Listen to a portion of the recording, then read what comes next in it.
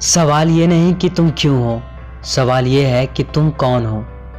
सवाल ये नहीं कि लोग क्या कहेंगे, सवाल ये है कि तुम्हें लोगों से क्यों फ़र्क पड़ता है। सवाल ये नहीं कि तुमसे हो पाएगा या नहीं, सवाल ये है कि तुम सच में चाहते क्या हो।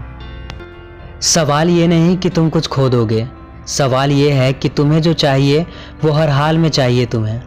सवाल ये नहीं कि तुम खुद पे डाउट करो, सवाल ये है कि तुम्हें खुद पे कितना भरोसा है। सवाल ये नहीं कि तुम्हें भीड़ में चलना है, सवाल ये है कि तुम्हें भीड़ के ऊपर उठना है।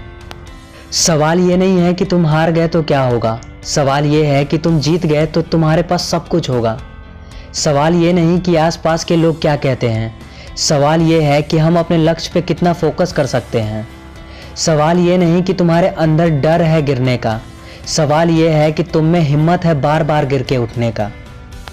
सवाल ये नहीं कि तुम्हारे पास एक ही ज़िंदगी है, सवाल ये है कि ये ज़िंदगी कैसे जीना है। सवाल ये नहीं कि तुम्हें किसके साथ रहना है, सवाल ये है कि तुम्हें किसके लिए जीना है। सवाल बहुत है, जवाब किसी और के पास नहीं, वो सिर्फ तुम्हारे पास है। थोड़ा वक्त लो और करो वही जो तुम्हारे अंदर से आता हो।